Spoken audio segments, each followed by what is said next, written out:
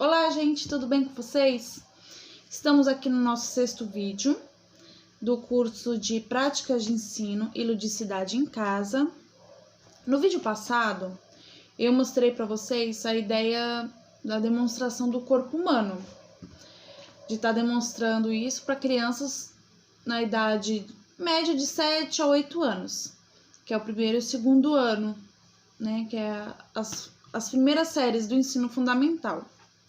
Mostrei para vocês a ideia do corpo humano, porque é uma atividade relacionada à idade, né? É normalmente que eles estão aprendendo nessa idade. Então, eu mostrei para vocês a ideia de como mostrar isso para a criança. Fiz um pequeno texto simples, dinâmico, pontuando sempre os pontos mais importantes, levantando alguns questionamentos, né, de assuntos que provavelmente eles não saibam. Por exemplo, o fato de eu ter abordado os dedos do pés ajuda no equilíbrio do corpo. Muita gente não sabia. E é legal vocês estarem buscando esses tipos de informações, né? Dei ênfase ao nome dos dedinhos, mas vocês na casa de vocês podem abordar o tema que vocês quiserem. Vocês podem levantar a questão da parte do estômago, né? Cada partezinha, o que cada um serve, para que serve, entendeu? Como que funciona o sistema de pulmão, o coração, as veias, aí depende em que faixa etária o seu filho está. É muito importante saber primeiro o que eles já sabem, de saber o que eles estão aprendendo, para que vocês não venham dar uma notícia para eles assim, é uma coisa de outro mundo. Então, vocês têm que estar atento no que ele já está aprendendo. Eu resolvi abordar esse tema como se fosse um tema de matéria mesmo, né? No caso, online. Você sabe que ali naquela semana a criança aprendeu do corpo humano. Dá uma relembrada com ela no final de semana fazendo essa atividade. Então, eu mostrei para vocês um pouquinho do tema. E a gente vai relacionar a matéria de ciências com a ludicidade. Tá bom? Então, vou mostrar para vocês agora o vídeo da confecção do material. Vou mostrar para vocês a apresentação, de que forma eu faria. Lógico que vocês não precisam fazer igual. É só para poder abrir o caminho para vocês mesmo. É só para vocês terem uma noção do que eu tô falando. Tá bom? Então, vamos ao nosso vídeo da confecção. Então, vamos à confecção do material. Para fazer esse material, eu usei o papel pardo. Vocês podem estar usando cartolina, vocês podem estar usando papelão que vocês tiverem na residência de vocês. Eu resolvi usar também as folhas de sulfite de caderno de desenho, para poder estar fazendo as peças menores do corpinho. Para estar tendo mesmo esse contraste das peças, dos materiais, tá bom? Então, eu usei também tesoura para estar cortando. Eu usei as canetinhas, lápis e borracha para poder estar fazendo as marcações. Eu usei o compasso para estar fazendo a cabeça, tá? Mas vocês podem estar usando um prato também que tiver aí na casa de vocês. O durex é para colar a partezinha da cabeça, as partezinhas pequenas, do jeito que vocês quiserem usar aí, tá? Vocês podem também estar fazendo isso numa parede, para que eles venham colar na parede. Venham encaixar as partezinhas na parede. Mas vocês que sabem, eu acho legal também estar colocando na parede, que eles pegam as pecinhas, vão lá na parede e grudam, tá bom? Então, eu vou mostrar pra vocês mais ou menos como vocês vão, como que vai desenrolar essa avaliação, essa atividade, esse jogo, essa brincadeira. Porque não é só isso, tem toda uma situação por volta, tá bom? Então, vamos lá. Quais são as partes básicas do nosso corpinho? A cabeça. E qual que é o outro nome? Qual que é o nome da outra parte do nosso corpo? É o tronco. O que que tem no tronco? O tronco eu sei que tem o pescoço, que tem a ligação, que sustenta, né, a cabeça. Tem os ombros, certo? vocês podem falar em questão dos sentidos, né? Eu quero saber qual é o sentido da visão. Quem sabe me dizer qual a parte do corpinho que tem o sentido da visão? Ah, o sentido da visão é os olhos. Vocês vão deixar lá separadinho lá para criança. Ah, os olhos é o sentido da visão. O que tem nos olhos que ajuda a proteger contra as poeirinhas? Ah, os cílios. Os cílios, ele protege os nossos olhos da poeira. Quero saber também outro sentido do nosso corpo, que é o sentido do olfato, como que a gente cheira as coisas. Se tá fedido, se tá cheiroso. Como é que eu sei? O nosso nariz tem a função. É o nosso narizinho que tem a função do sentido. O que mais que temos no rosto? Temos a boca também no rosto, né? Temos a boquinha. O que tem na boca, gente? O que mais que tem nessa boca? Tem os dentes. Aí vocês podem também estar falando em questão do dente, o que cada um faz, o canino, qual é a parte de cada um. O que mais que tem na boca, gente? A língua. E qual é o sentido que a língua dá pra gente? É o paladar. Com o paladar, eu sei se a comida é doce, se é salgada, se é azedo. Vocês também podem estar levantando questões, as partes de cada língua, a parte que faz perceber que é doce, a parte que faz perceber que é amargo, que tem essas partezinhas na língua, né? Aí vocês têm que estar relacionando isso de acordo com a realidade da criança aí, do que você acha que realmente a criança vai aprender. Eu quero saber também o que protege a nossa cabecinha do frio. O que protege? O cabelo, gente. O cabelo protege a nossa cabeça. Tá faltando mais alguma coisa na cabeça? Falta alguma coisa? Algum sentido?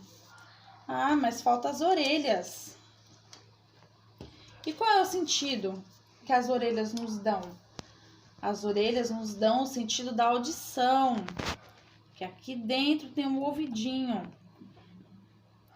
Agora eu quero saber de vocês, para ver se vocês lembram, quais são os membros superiores do corpo. Os membros superiores são as pernas? Não, não são as pernas. Quais são os membros superiores? Os nossos braços. Certo? O que faz parte do nosso bracinho? O cotovelo. Qual que é o sentido do cotovelo, gente? Alguém lembra? Aí você estimule a criança a lembrar do que já foi dito. Se não lembrar, gente, não percam a paciência, explique de novo. É para ser um momento divertido, mas nesse momento você vai saber realmente do que a criança lembra, tá bom? Ah, o cotovelo é uma articulação, é o que permite que a gente faça os movimentos do braço. O que mais que temos nos braços? Ah, temos as mãos nos braços. Temos as nossas mãozinhas. Lembrando também, às vezes até a criança pode lembrar. Se não lembrar, você fale novamente. Lembrando que também tem outra articulação entre o braço e a mão, que é o nosso pulso, que também é outra articulação. Mas e agora? E os dedinhos? Será que lembram o nome dos dedinhos? Eu resolvi fazer plaquinhas, tá, gente? Eu fiz algumas plaquinhas com os nomes de cada dedinho, tá bom? Até que ficou legalzinha essa plaquinha. Você sabe qual é o dedinho que a mamãe e o papai usa a aliança? Aí você estimula a criança a ir lá desenhar aonde é que você usa a aliança. Mas você sabe qual é o nome desse dedo? Você lembra qual é o nome desse dedo? Tô usando o que no dedo? O anel. Então, o anel, qual é o dedinho que vai o anel? É o anelar. A criancinha vai lá e põe a sua plaquinha. Agora eu quero saber qual é o nome desse pequenininho aqui. vocês vão falar de maneira com que elas consigam relacionar, tá bom? O dedo pequenininho, qual que é o nome do menor dedinho? É o mínimo, porque ele é o menor dedo, ele é o mínimo. Ah, o mínimo dedinho aqui. E esse aqui, qual que é o nome? Sempre tentando relacionar para que eles realmente lembrem dos nomes, tá? Esse dedo aqui, ele faz o quê? Ele indica. Já pra cama, a casa da minha tia fica nessa rua. A minha escola fica descendo essa rua. Ele indica o local. Ele indica alguma coisa. Ah, está ali a minha tesoura, está ali o meu durex. Então, ele é um indicador. O médio, ele fica no meio. Então, ele é o médio. Ele fica no meio. E tem também o polegar, certo? Então, aqui estão os nomes dos dedinhos. Agora, vamos falar sobre os membros inferiores. Quais são eles? As nossas pernas. Gente, eu vou colocar assim porque não vai ter espaço na mesa, hein? As pernas. Quais são as articulações das pernas? O joelho. O joelho são as articulações, é o que permite que a gente ande, que a gente dobre as nossas perninhas. E o que mais tem nas pernas? Temos os pés. O pezinho que sustenta todo o peso do nosso corpo. Eita, que o pé tem que ser forte, hein? Para aguentar esse peso todo. Qual é a função do nosso pé? Além de sustentar o nosso corpo, tem os dedinhos que nos ajudam a manter o equilíbrio, para que a gente não caia, para que a gente não tropece. Então, os dedinhos dos pés também têm a sua função. Cada partinho do nosso corpo, ele tem a função. Por isso que é tão importante a gente cuidar do nosso corpo. Então, vocês vão enfatizando, conforme a atividade, o que vocês acham importante. Nesse momento, vocês podem estar falando da alimentação também. Tem que saber cuidar do corpinho, para o corpinho ficar saudável. Então, é importante comer as frutas, os legumes. Então, gente, nessa atividade, vocês não estão só falando do corpo humano. É uma série de coisas interessantes que as crianças estão aprendendo. É uma série de... Como que eu posso dizer? É uma série de coisas novas, né? Uma série de informações que as crianças não têm até aquele momento. Então é legal, esse bonequinho que vocês fizerem aí, vocês podem deixar no quarto da criança. Igualzinho, aquele visual que eu falei pra vocês. Vamos escrever o nome aqui, então, das partes. Isso aqui é o braço. Permita que a criança escreva, tá bom? O braço. E essa aqui é a mão. Incentive a criança a escrever. Você vai deixar lá, grudadinho na parede, com o seu durex. A criança vai estar lá vendo todo dia. Vamos escrever aqui também o olho. A criança, na hora que ela sabe, quando ela olhar, ela sabe que esse aqui é o olho. Mas ela vai saber visualizar o que está escrito. É o olho. Então, quando ela for escrever, ela vai lembrar como se escreve o olho. Porque ela tá vendo aquilo ali todo dia.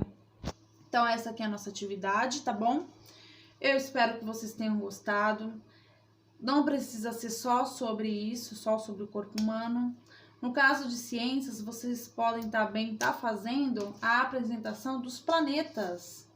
A formação dos planetas, tá? O tamanho deles, qual é o menor, qual é o maior, o que tem um anelzinho em volta, entendeu? Mostrar para eles e depois fazer com que eles façam isso de maneira visual. Vocês podem também estar fazendo um quebra-cabeça, escrever o nome dos planetas e fazer depois com que cortar e fazer depois com que as crianças relacionem cada planeta com a sua devida ordem e o seu devido nome. Então, isso aqui, gente, é só para clarear mesmo uma ideia para vocês, tá bom? Então, até a próxima. Bom, então essa foi a apresentação do vídeo, da apresentação. Eu espero que vocês tenham gostado do material que eu fiz. Eu fiz com muito carinho, eu fiz com muita dedicação mesmo. Eu espero que vocês tenham gostado. Para vocês verem, não precisa de muita técnica, não precisa de materiais caros, vocês fazem com o que vocês têm aí na casa de vocês. Ah, eu não tenho a cartolina, não precisa sair para comprar. Caixa de papelão, a caixa de leite mesmo, onde vem as 12 caixinhas, você pode estar usando aquilo lá, é uma forma de reciclagem. Se ficar bonitinho, igualzinho o meu, seria legal você pendurar no quarto da criança. Vocês podem colocar nome, assim, na hora de você colocar, por exemplo, a perna. Auxilia eles, né, na hora de escrever. Perna, para escrever. Aí quando eles vão ter sempre esse contato visual. É legal também vocês terem isso no quarto da criança. Vai estar lá penduradinha, as crianças sempre vai ter esse contato visual. Então, ela vai saber o que é o que, ela vai lembrar das letras, ela vai lembrar como se lê, porque ela sabe que isso aqui é uma perna, então na hora dela ler, ela já vai conseguir se familiarizar melhor, né? Uma ideia muito boa também é vocês estarem colocando nome nas coisas. Isso vai ajudar bastante na leitura e na escrita. Na porta, arruma um pedaço de papelzinho, escrevam junto com eles. Que isso, filha? Ah, é a porta. Vamos escrever porta. Então, vamos colocar uma plaquinha na porta. Coloca uma plaquinha na cadeira. Coloca uma plaquinha na cortina do quarto, na janela, na cama. É uma maneira visual muito boa para a criança estar recordando o que ela já sabe e auxiliando melhor na leitura e na escrita. Eu separei um livro para vocês muito legal, que é ofertado na faculdade Uninter durante o curso, né? Metodologia de ensino, ciências biológicas e da natureza. É um livro muito legal que ele explica melhor como vocês vão abordar o tema de ciências, o tema de natureza. É uma metodologia de ensino. Eu vou ler para vocês alguns trechos que eu julguei ser importante para que vocês saibam. Eu espero que todas essas orientações que eu tô dando no curso, que vocês repassem, que vocês conversem com outras mães, façam um grupo de WhatsApp, com as irmãs, com as cunhadas, se juntem para dar essa qualidade de ensino melhor para o filho de vocês, tá bom? Então, vamos dar início à leitura. Método de ensino. Como você pode verificar, a metodologia de ensino é constituída por métodos e técnicas de ensino que visam conduzir o trabalho docente, o trabalho escolar, com vistas à efetivação do aprendizado do aluno. Então, o método de ensino é essas técnicas, é esses métodos com o objetivo de efetivar o aprendizado. Então, esses métodos e técnicas representam os recursos metodológicos de que se pode lançar mão, tendo em vista que o método de ensino deve se configurar um processo dinâmico, o qual pode ser modificado de acordo com a realidade. Então, é um processo dinâmico de acordo com cada realidade. Então, a ideia do meu corpinho é de acordo com uma realidade.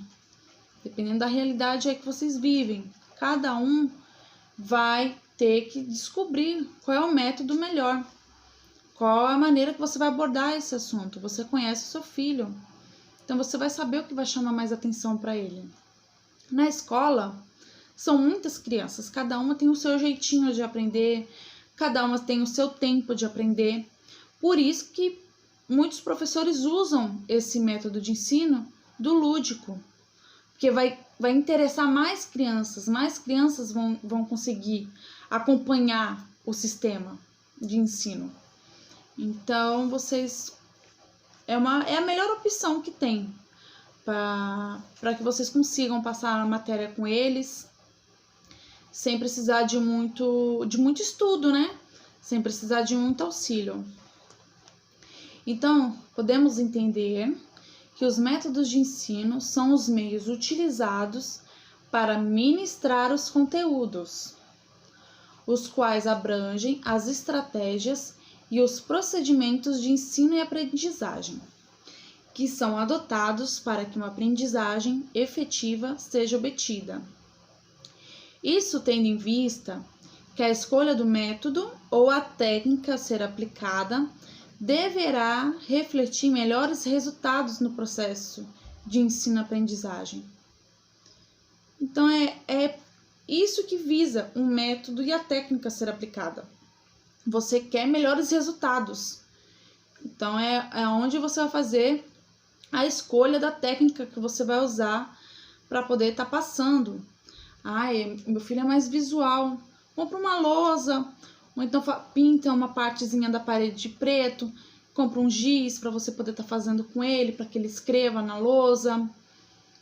Entendeu? Não, ele é mais oral, conversa mais com ele, abre mais um diálogo, se é parte de desenho. Vocês que vão saber o que interessa para eles, o que eles vão achar mais legal. Então, todo método de ensino tem de acompanhar o esquema de desenvolvimento de um ciclo, que fundamentalmente consta de 3 partes. Qual que é o ciclo do método? Primeiro é o planejamento, depois a execução e depois a avaliação. O planejamento é o tema.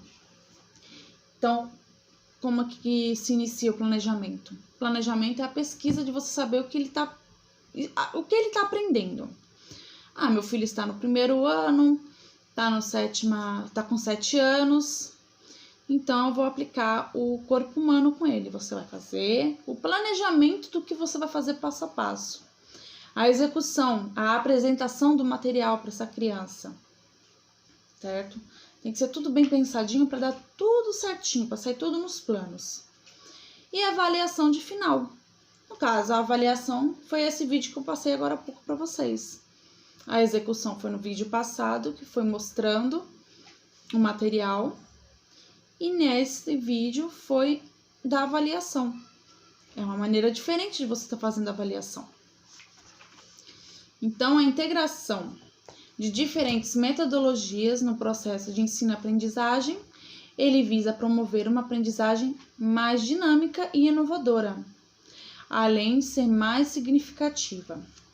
Vou mostrar para vocês aqui algumas temáticas de construção de metodologia. Alguns métodos, né? Que dá para você pontuar assim, para você escolher o melhor método de ensino. Então, o que vem a ser a exposição oral? A exposição oral é uma estratégia de ensino-aprendizagem frequente na sala de aula. Normalmente, o professor transmite o conhecimento sem contextualizar, sem problematizar ou trabalhar aspectos sociais pertinentes. Então, é aquilo que normalmente todos nós já vimos. Fiquem quietos que eu vou passar a lição para vocês. Prestem atenção. Então, é o momento que o aluno fecha o bico, fica caladinho e o professor só fala. Ele só fala, ele não liga os acontecimentos com coisas reais do contexto da criança. Ele não dá incentivo nenhum, né? Ele só fala, presta atenção e no final é questionário, aquela coisa de pergunta e resposta. Então, essa exposição eu acredito que a maioria não queira seguir, né? Agora eu vou estar falando da exposição dialogada. É onde o professor valoriza os conhecimentos prévios dos alunos.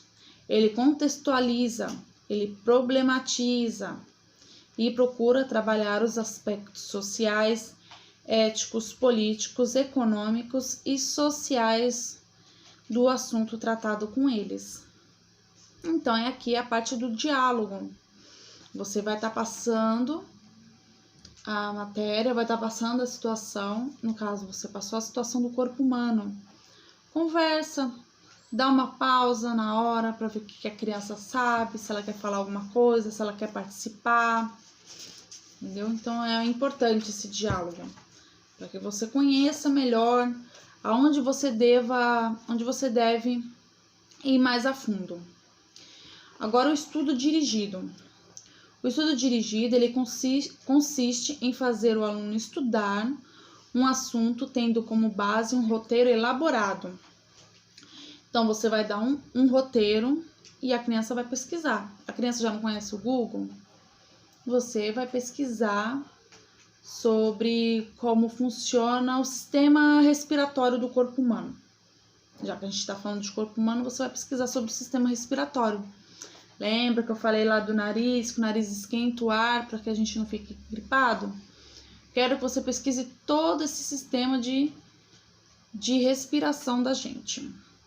Então, você vai dar um roteiro do que ele precisa pesquisar e ele vai pesquisar. Esse é o estudo dirigido, você vai dirigir para que caminho a criança deve ir, certo? Então, esse roteiro, ele estabelece a extensão e a profundidade do estudo. Ao professor cabe elaborar roteiros contendo tarefas operatórias que mobilizem e dinamizem. Então, cabe a você a elaborar os roteiros, as tarefas, certo? As principais funções das aulas práticas reconhecidas na literatura sobre o ensino de ciências são, agora a gente vai ver sobre o ensino de ciências mesmo, em que consiste as principais funções das aulas no nível de aula de ciências, tá? Então, você tem que despertar e manter o interesse dos alunos, você tem que envolver os estudantes em investigações científicas, deve desenvolver a capacidade de resolver problemas, desenvolver a compreensão de conceitos básicos, desenvolver habilidades. Então, aqui tudo você vai relacionar com o assunto que você vai abordar. Despertar e manter o interesse dos alunos. Você vai manter o interesse dos alunos a partir do momento que você usar essa prática lúdica, a partir do momento que você usar esse método de ensino diferente. Então, as aulas práticas, ela permite a articulação entre a teoria e a prática, e por isso, ao desenvolvê-las, precisa-se fazer um bom planejamento. Então, ele vai ter articulação entre a teoria e a prática. Ele vai ter a teoria, que é a teoria sobre a matéria do corpo humano, e a prática, ele vai praticar ali na hora de estar fazendo o modelo, né? Ele vai estar participando ali na hora de estar fazendo o boneco. Ele vai estar praticando na hora dele montar, dele encaixar as partezinhas do boneco. Então, ele vai estar praticando, ele vai estar participando, tá? Então, o método de projeto, vamos ao método de projeto. Ele permite trabalhar os conteúdos por meio de temas geradores. Estes devem ser relacionados de acordo com o cotidiano dos alunos, a fim de que tenham significado para eles e despertar o interesse do estudo. Então, método de projeto. Ele vai trabalhar por meio de temas geradores. Eles devem estar relacionados ao cotidiano, ao dia a dia dessa criança. Então, o que eu vou mostrar para vocês? Ele é um exemplo de atividade de projeto, tá? Eu vou estar falando inicialmente como se eu tivesse... Vou dar um exemplo de sala de aula. Como em casa o número de crianças é menor, vocês podem estar fazendo em grupo, né? Um grupo de familiares com outras crianças, ou até mesmo as crianças da vizinhança, conversar com as mães e montar esse projeto, esse método de projeto. Por exemplo, hoje aqui tá chovendo muito, choveu o dia inteiro. Eu sei que normalmente as crianças moram perto da escola e vão a pé para a escola. Num dia de chuva, eu vou abordar esse tema de maneira bem suave em sala de aula. E no decorrer do caminho que eu for mostrando, levantar esse questionamento é o que eu vou saber, a atividade que eu vou dar. Lógico que eu já planejei em casa já o que eu vou dar. Se um assunto despertar para um lado, eu vou fazer isso, se um despertar para o outro, eu vou fazer aquilo. Então, eu sei o que eu vou fazer. Então, vamos lá. Dia de chuva. No caminho que vocês vieram da casa de vocês até a escola, vocês conseguiram perceber algum ponto de alagamento? Vocês conseguem perceber que nas ruas elas ficam um pouco alagadas? Ah, sim, eu percebi, sim. Inclusive, até molhei meu tênis, estou com o tênis molhado. E levantar a questão, mas por que vocês acham que isso acontece? O que vocês percebem? E cada um vai falar no jeitinho. Esse tema vocês vão fazer mais ou menos parecido em casa também. Para estar levantando esse assunto e dando sempre autonomia para a criança conversar, para ela desencadear o assunto. Então tá. Por que vocês acham isso? Ah, porque tem muita sujeira na rua, percebi que tem muito lixo. Ah, tem muito lixo. Então, é o descarte ilegal, o descarte irregular de alguns tipos de materiais. Aí você pode estar levantando o assunto da poluição, você pode estar levantando esse assunto de enchente, né? E mostrar para eles esse mini texto, para que venha conscientizar eles da importância de não jogar esse lixo na rua, né? De estar jogando ele de maneira adequada fora. Tenho 2 exemplos de modelo de projeto. O primeiro seria fazer uns panfletos para conscientizar os vizinhos ali. Então, por exemplo, tem em média de 4 crianças aí entre parentes e vizinhos. Cada criança vai fazer 5 panfletos, do jeitinho de vocês. Eu não mostrei o texto, vocês vão colocar pequenas frases, vão desenhar o que vocês quiserem, para que venha conscientizar as pessoas a não jogarem fora, para não jogarem na rua o seu lixo, para levar até a sua casa e descartar de maneira adequada. Outra ideia também, bem legal, no caso da escola, lógico que eu daria um par de luva para cada um. Um par de luva, uma caixinha de luva é R$20. E os professores estão acostumados a comprar algumas coisinhas assim para poder estar fazendo sua aula. Então, vai lá, compra uma caixinha de luva, vou dar um par de luva para cada um e vou falar. No trajeto da casa de vocês até a escola, eu quero que vocês me tragam um tipo de material que estiver na rua, que vocês sabem que foi descartado de maneira incorreta. Uma garrafa PET, uma embalagem de bala, uma sacola, e vocês tragam para a escola. Então, vocês podem dar essa volta no quarteirão com essas crianças, os vizinhos, né, os parentes, e fazerem isso.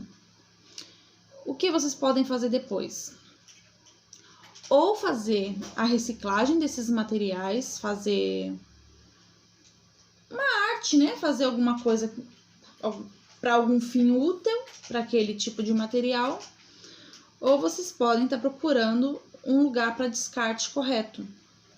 No caso, as pilhas. Algumas escolas, alguns supermercados têm descarte de pilha. Então, vai até lá ao mercado com essas crianças, descarte a pilha no lugar correto. Vidro, né? Lâmpadas. Tem locais para esse tipo de coisa. Então, é muito legal as crianças saberem disso. Muitas nem sabem que existe esse tipo de recuperação de pilha, né? Não sabe. Então, vocês podem estar levantando isso. Nada mais é do que um projeto. É um projeto. Vocês vão estar conscientizando o filho de vocês a não jogarem o lixo na rua. Vocês vão emendar a teoria, que é o texto que vocês levantaram ali sobre a poluição ou sobre descarte irregular de certos tipos de materiais. O tempo útil como se diz, para chegar ao fim, né, do produto. Quanto tempo que esse produto fica na natureza até se dizimar, né? Então, esse é um exemplo simples que você pode estar fazendo em casa, tá bom? Então, eu vou dar continuação na minha leitura. Então, a participação nos projetos, ele deve acontecer já no início do desenvolvimento da atividade. Você vai estar desenvolvendo essa atividade com essa criança. Você vai levantar um assunto e vai ver aonde esse assunto vai dar. Você vai desenvolver ele ali na hora, né? A escolha do tema você vai desenvolver ali conforme o assunto for desenrolando. Então, é importante fazer com que eles participem da escolha da temática, pois dessa maneira é possível verificar o interesse e assim partir de algo relacionado com o cotidiano deles. Quando você levantar esse tema, muitos vão se identificar, muitos vão falar, não, eu vejo minha vizinha jogando fora, varrendo lixo direto para a boca de lobo. Você vai escutar várias histórias, então é legal você saber disso. Às vezes você nem sabia e teu filho viu aquela situação ali. Então é legal esse momento para que as crianças participem mesmo do projeto. Então, o que eu vou falar aqui é sobre o jogo, tá? Para o desenvolvimento do jogo como instrumento pedagógico, de forma mais adequada e proveitosa à aprendizagem. Vou mostrar para vocês algum desenvolvimento de jogos para que vocês levem esse jogo para maneira pedagógica mesmo, para que ele tenha um objetivo pedagógico na vida da criança. Então você vai definir esse jogo como? De forma clara e precisa, os objetivos a serem atingidos com a aprendizagem. Os jogos podem ser usados para adquirir determinados conhecimentos, conceitos, princípios e informações. Para praticar certas habilidades cognitivas e para aplicar algumas operações mentais ao conteúdo fixado. Determine também os conteúdos que serão abordados ou fixados através da aprendizagem pelo jogo. Elabore um jogo ou escolha, dentre a relação dos jogos existentes, o mais adequado para a consecução dos objetivos estabelecidos. Muito cuidado com o tipo de jogo que vocês vão elaborar. Tem que ser um jogo prático, que tenha relacionamento direto com o seu objetivo. O mesmo jogo ele pode ser utilizado para alcançar objetivos diversos, para abordar ou fixar os mais variados conteúdos, que foi no caso da montagem do boneco. Ele não só falou de corpo humano, ele não só aprendeu sobre o corpo humano. Ajudou na coordenação motora, na hora de cortar os papeizinhos, a memória na hora de lembrar o nome dos dedinhos, o nome de cada sentido. Então, ele alcançou mais objetivos do que só falar do corpo humano. Então, você também deve formular regras de forma clara e precisa, para que elas não deem margem de dúvida no caso de criação ou invenção de novos jogos. Se você vai inventar um jogo diferente, que seja simples, que não venha confundir a criança.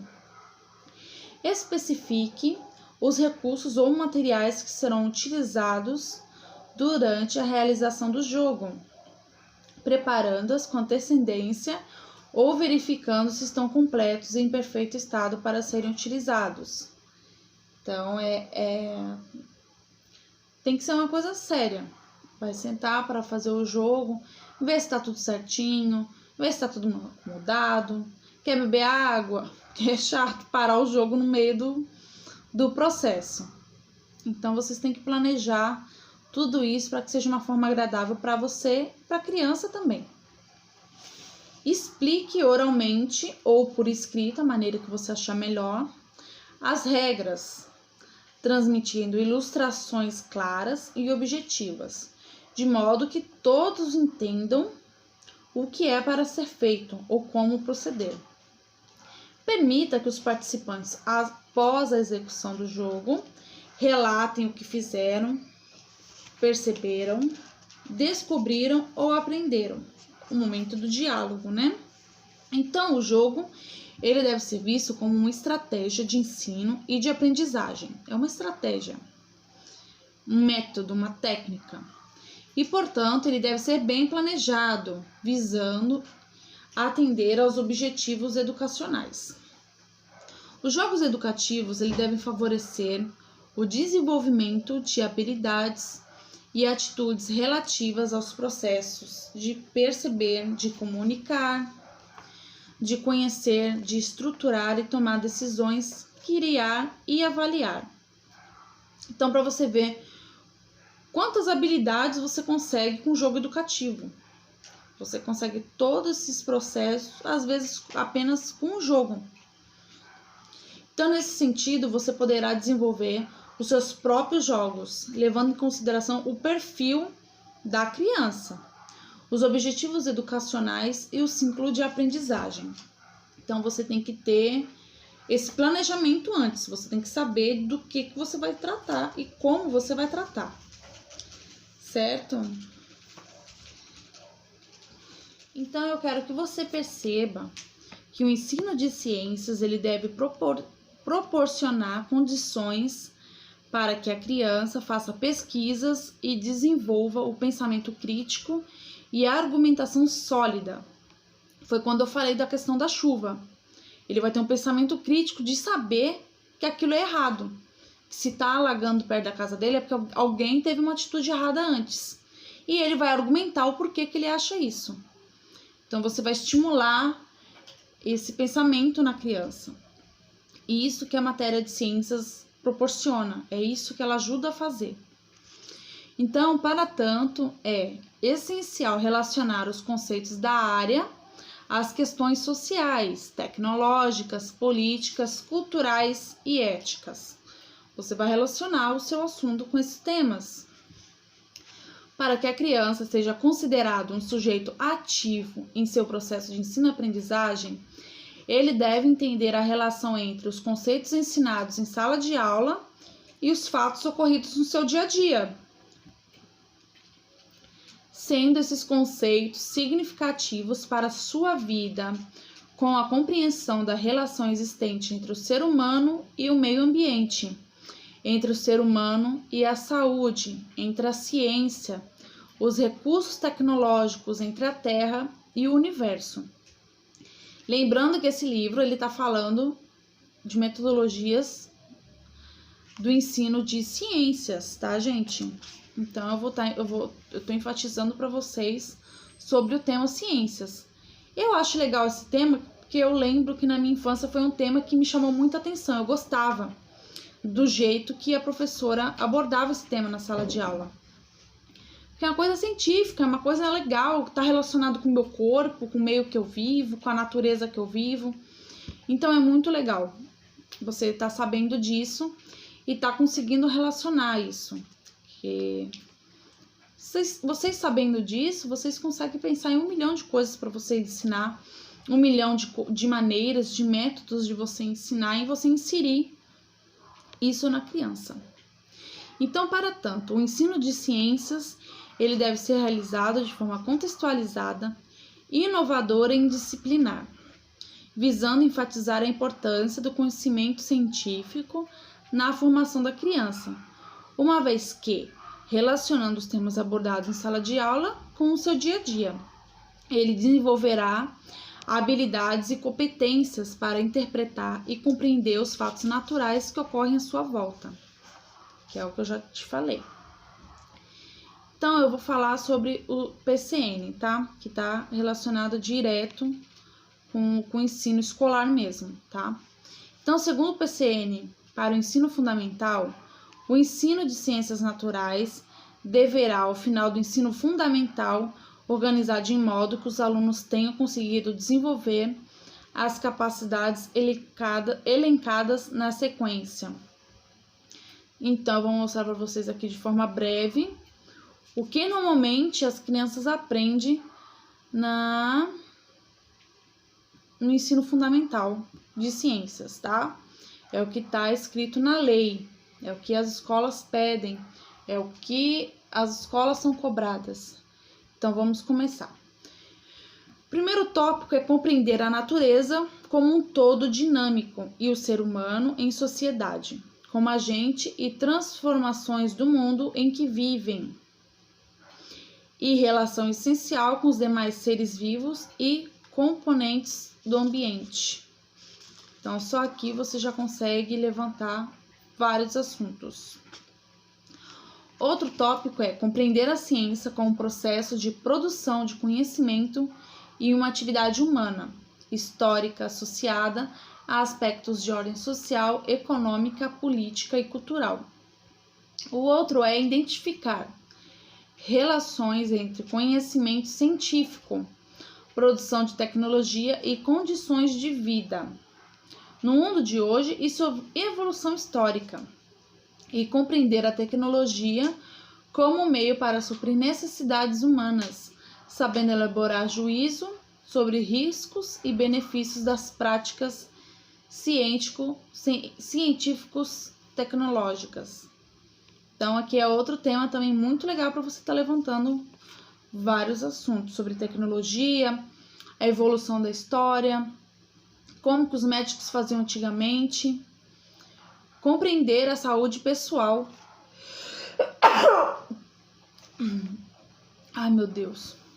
Compreender a saúde pessoal, social e ambiental, como bens individuais e coletivos que devem ser promovidos pela ação de diferentes agentes. Formular questões, diagnosticar e propor soluções com problemas reais a partir de elementos das ciências naturais, colocando em prática conceitos, procedimentos e atitudes desenvolvidos no aprendizado escolar. Que foi o exemplo que eu dei sobre a poluição, sobre o descarte ilegal, o descarte incorreto de certos tipos de materiais. Então, você vai ajudar eles a formular questões. Vocês vão incentivar esse tipo de pensamento na criança. Outro tópico é saber utilizar conceitos científicos básicos associados à energia, matéria, transformação, espaço, tempo, sistema, equilíbrio e vida. Saber utilizar conceitos científicos básicos. Uma coisa na qual eu lembro também marcou, que eu achei aquilo coisa de outro mundo. Foi quando uma professora, ela colocou num copo, ela colocou água e no início da aula ela deixou esse copo do lado de fora, no sol. E ela marcou com aqueles durex coloridos, né?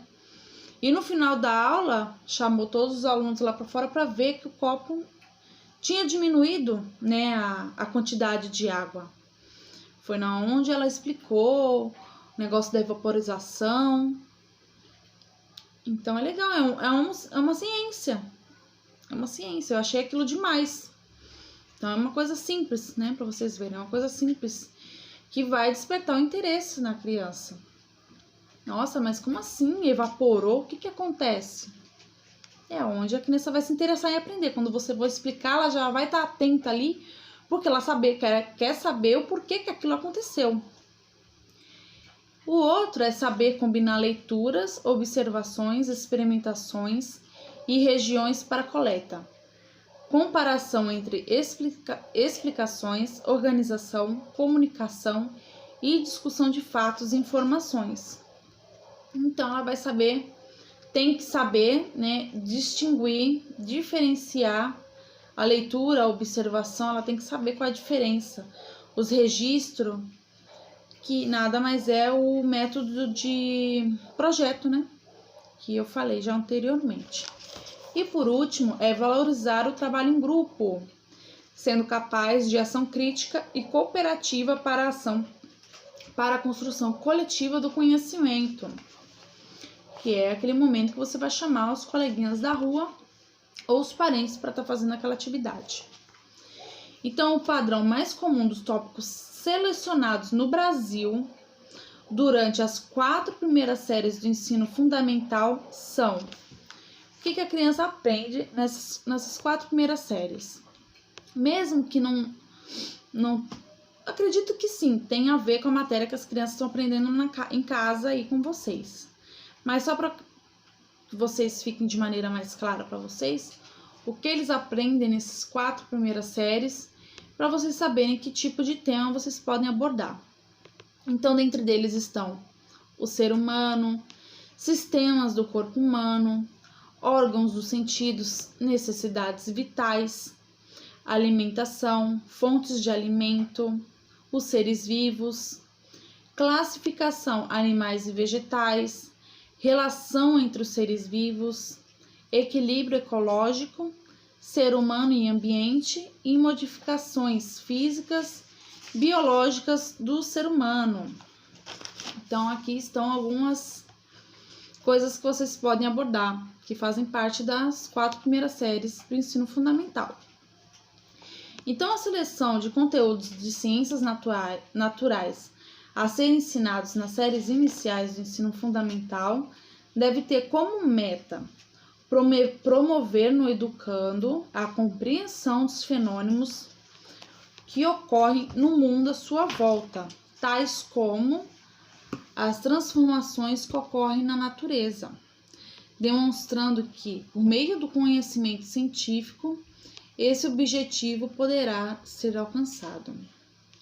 Eu vou terminar essa leitura nesse vídeo.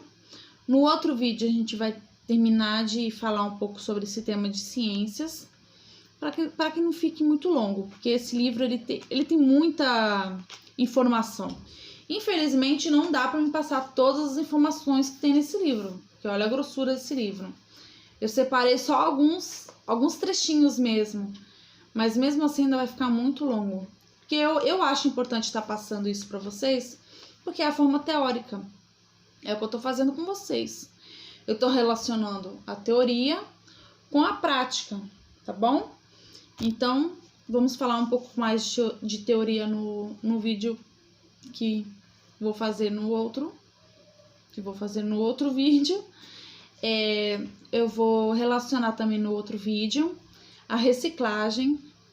Eu vou fazer, ainda não sei ao certo qual tipo de jogo, né? O tipo do brinquedo que eu vou fazer, mas tem relação com a reciclagem, tá bom? Então, a gente vai estar continuando falando sobre esse assunto no próximo vídeo. Eu espero que vocês tenham gostado desse vídeo e até a próxima.